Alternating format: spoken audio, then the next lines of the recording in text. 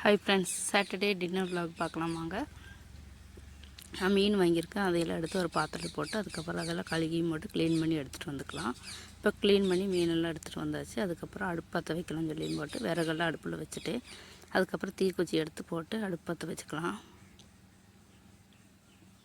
இப்போ அடுப்பெல்லாம் நல்லா பற்றிடுச்சு. இப்போ உலச்சட்டி எடுத்து அடுப்பில் வச்சுட்டேன். இப்போ மீன் குழம்புக்கு தேவையான வெங்காயம், இஞ்சி, பூண்டில் உளிச்சுக்கலாம். இப்போ சின்ன வெங்காயம் நான் உளிச்சிட்ருக்கிறேன். ரொம்ப குட்டியாக இருக்கனால உளிக்கிறதுக்கு ரொம்ப டைம் ஆயிடுச்சு.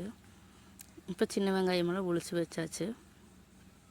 அதுக்கப்புறம் ஒலை காஞ்சிருச்சுன்னு சொல்லி அரிசி போடலான்னு சொல்லி மட்டும் அரிசி எடுத்துகிட்டு வந்துருக்குறேன். இப்போ கொஞ்சோண்டு தண்ணி தெக்கி எடுத்து வச்சு போட்டு அரிசி போட்டுக்கலாம். இப்போ எல்லா அரிசியும் போட்டாச்சு. இப்போ வந்துட்டு பூண்டு உளிச்சுக்கலான்னு சொல்லி பூண்டு எடுத்துகிட்டு வந்துருக்குறேன்.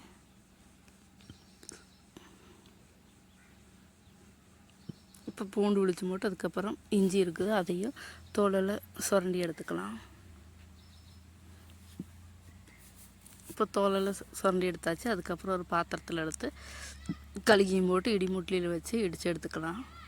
சின்ன வெங்காயம், பூண்டு, இஞ்சியில் இதே மாதிரி சதைச்சி எடுத்து ஒரு பிளேட்டில் மாற்றிக்கலாம். அதுக்கப்புறம் மாங்காய் எடுத்து தோலில் சீவிட்டு கட் பண்ணிக்கலாம். இப்போ மாங்காயெல்லாம் கட் பண்ணியாச்சு. அதுக்கப்புறம் 2 தக்காளி எடுத்து அதையும் கட் பண்ணிக்கலாம்.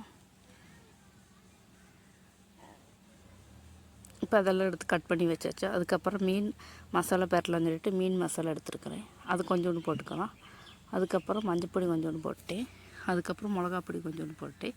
அதுக்கப்புறம் லைட்டாக உப்பு போட்டிருக்கிறேன். இதெல்லாம் எடுத்து தண்ணி ஊற்றி பேஸ்ட் மாதிரி எடுத்துக்கலாம். இப்போ பேஸ்ட் மாதிரி ஆக்கியாச்சு. இப்போ மீன் துண்டுகளையெல்லாம் இதில் சேர்த்திக்கலாம்.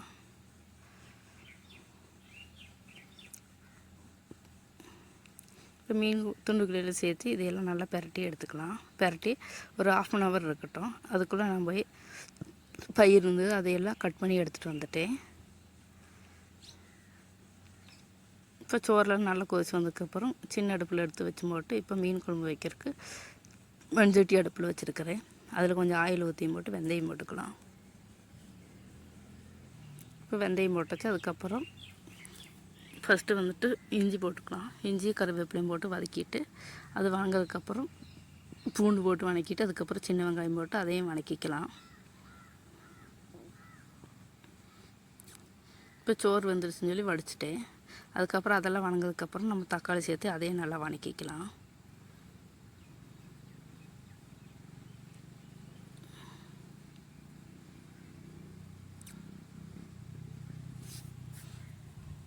நல்லா வதக்கியாச்சு.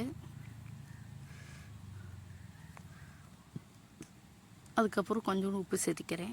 அதுக்கப்புறம் வெள்ளிப்பொடி, மிளகாப்பொடி, மஞ்சப்பொடி எல்லாம் சேர்த்து அதையெல்லாம் நல்லா வதக்கியும் போட்டு இப்போ தண்ணி ஊற்றிக்கலாம். தண்ணி ஊற்றி கொதி வரட்டும், மூடி வச்சுக்கலாம். இந்த சைடு அடுப்பில் வந்து ஆயில் ஊற்றியும் போட்டு கடுகு போட்டுக்கிறேன். பயிர் மெழுக்கு வெட்டி சேர்க்கு. இப்போ கடுகு போட்டு நல்லா வெடித்து வந்துட்டுருக்குது. இப்போ வந்து பூண்டும் 2 பச்சை மிளகாயும் சேர்த்திக்கிறேன். இப்போ குழம்புலாம் நல்லா கொதித்து வந்துடுச்சு. இப்போ பயிர் சேர்த்திக்கலாம்.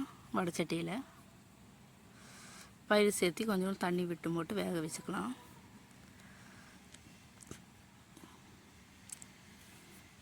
இப்போ தண்ணி வேகலைன்னு சொல்லி மட்டும் மறுபடியும் தண்ணி ஊற்றிக்கிறேன். அதுக்கப்புறம் குடம்புளியும் அதுக்கப்புறம் மாங்காயும் போட்டுக்கலாம். அப்போ மூடி விட்டு வேக வச்சுக்கலாம். இப்போ பயிருக்கு கொஞ்சம் மஞ்சப்பொடி சேர்த்து வேக வச்சுக்கலாம்.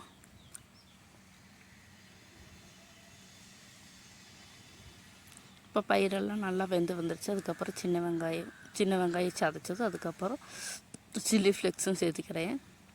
அதையும் சேர்த்து நல்லா கிளறி விட்டு போட்டு இறக்கி வச்சுக்கலாம். இப்போ மீன் வறுவலுக்கு வந்து போட்டு நம்ம தோசைக்கல் அடுப்பில் வச்சுட்டு ஆயில் ஊற்றிக்கலாம். இப்போ மீன் துண்டுகளில் சேர்த்திக்கலாம். மீன் எடுத்து திருப்பி விட்டுக்கலாம். இப்போ திருப்பி விட்டாச்சு.